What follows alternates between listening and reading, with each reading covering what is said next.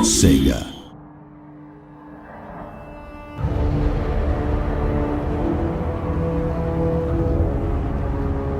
Hello, good evening, and welcome to the latest Total War Warhammer campaign walkthrough video. Today we're going to take a snapshot of a campaign we've been playing as the Empire, and the usual caveats apply. We're still a good 2.5 months from launch, and well into balancing and polishing. So you may see some placeholder bits and bobs, and many of the values on show may well change as we nudge everything into place. Okay, so we're 71 turns into the game here, and as you can see from the overview map, we own the full provinces of Reichland and Middenland. We started by conquering Reichland, and we've recently taken the 3 regions of Middenland from the faction of Hochland, who just weren't playing ball diplomatically, which frankly is their loss. In terms of our immediate neighbours, we can see that Bretonnia has been rather badly ganged up on and pretty much taken out of the picture. The vampire faction of Mousillon has emerged the strongest here, while Bordelot is very much in the game still, as are our dwarfen chums of Carrack-Norn. Wissenland rules to the east, and beyond them the vampire factions who are breaking out of the Sylvanian provinces towards us. Looking at the diplomatic status overlay, we're feeling relatively secure at the moment. All factions marked blue are our allies, testament to some good treaty making on our part early on. Just north you can see the Skulltakers, a roving tribe of savage orcs who tore into our territory some turns earlier, but we managed to send them packing.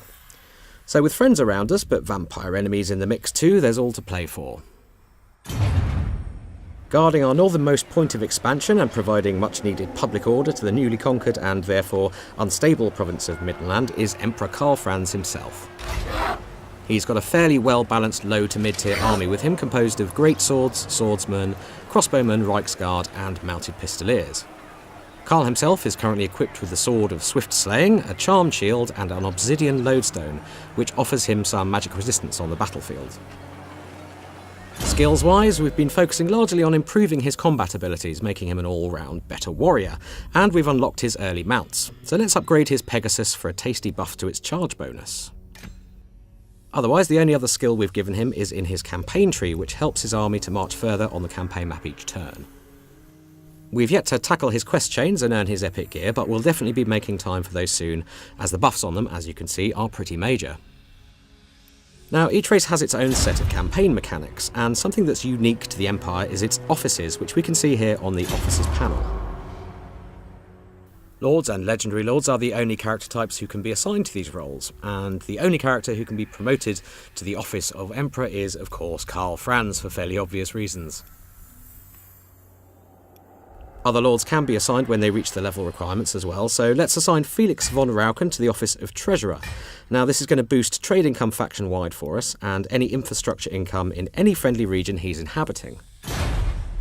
There's a number of other panels we can check up here, but we're going to look at the Forces tab and find Felix in our list of characters.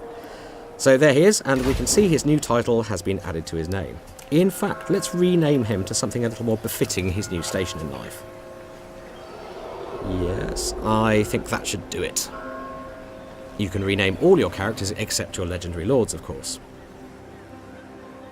Okay, let's head back over towards Altdorf, and we're going to have a look at the Empire Tech Tree in a bit more detail. So techs in the Empire Tech Tree are unlocked as you build specific buildings. So once you've built a rally field, for example, it offers buffs to our core infantry, as does the barracks. The blacksmith improves weapon and armour upgrades for various units, so let's go ahead and crack on with researching improved light cav armour. Now, Altdorf is your starting city as the Empire and the provincial capital, but it's the only city that you do start with. And to be honest, your first turns are probably going to be spent building up your forces and looking to expand and capture the entirety of Reichland. I think we had all these settlements under control by around turn 20, and much of our focus since then has been on improving our infrastructure to unlock better units and boost our income. Here in the building browser for Altdorf you can see what we've built and of course what we're driving towards in terms of recruitment. Income is derived from our capital city, various cash generating buildings in outer settlements, plus any exploitable resources in the region. We've got some clay pits in Altdorf here, for example, so that's contributing towards our trade tariffs. And if we examine Grunberg here, we can see that certain chains are limited by the maximum size of the settlement. And with pastures in this region, we can use cattle to bring some good growth and replenishment benefits to the province. Standing resolute outside Altdorf is our second legendary lord, Balthazar Gelt, who is currently being harassed by a Chaos Hero character, the rather aptly named Fator Death Metal. No, not for We only you. recently recruited I Balthazar to still our campaign, are so you. he's pretty low level still, but we can see from his skill tree that he's very much magically focused. And the more lore knowledgeable amongst you may recognise Balthazar's epic gear in his quest chains here. Now, obviously we want to get him casting spells in battle, so we're going to unlock the spells Searing Doom and Gehenna's Golden Hounds, both of which are offensive spells. Now, we're going to stick Balthazar in Altdorf for now, where he'll contribute to public order for a while. Very well, I'll move. A quick glance over at our neighbours here reveals the influence of vampiric mousillon. Corruption is spreading and twisting the foliage into something more vamp-friendly. Now, as we saw on the overview map, we have some vamps to our east too. And in fact, our mid-term game plan here is to keep our local loyalty solid, so we have some friends to call on if things start getting a bit too bitey on the borders. One last stop on our brief tour then, and we're going to head northeast, where we have one of our Empire Captain heroes on an exploratory mission towards the Chaos Wastes. Now?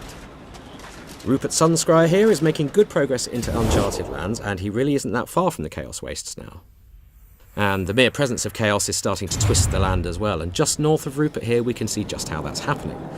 Black rocks are rising from the stony earth, lava flows are opening up, and arcane artefacts are beginning to appear. Add in the bitter weather up this way, which only gets worse the further north you go, and you're looking at a pretty inhospitable and attritional landscape. Okay, that's all for now. We hope you've enjoyed this gameplay snapshot, and do keep tabs on our social media channels for more campaign and battle videos coming your way very soon.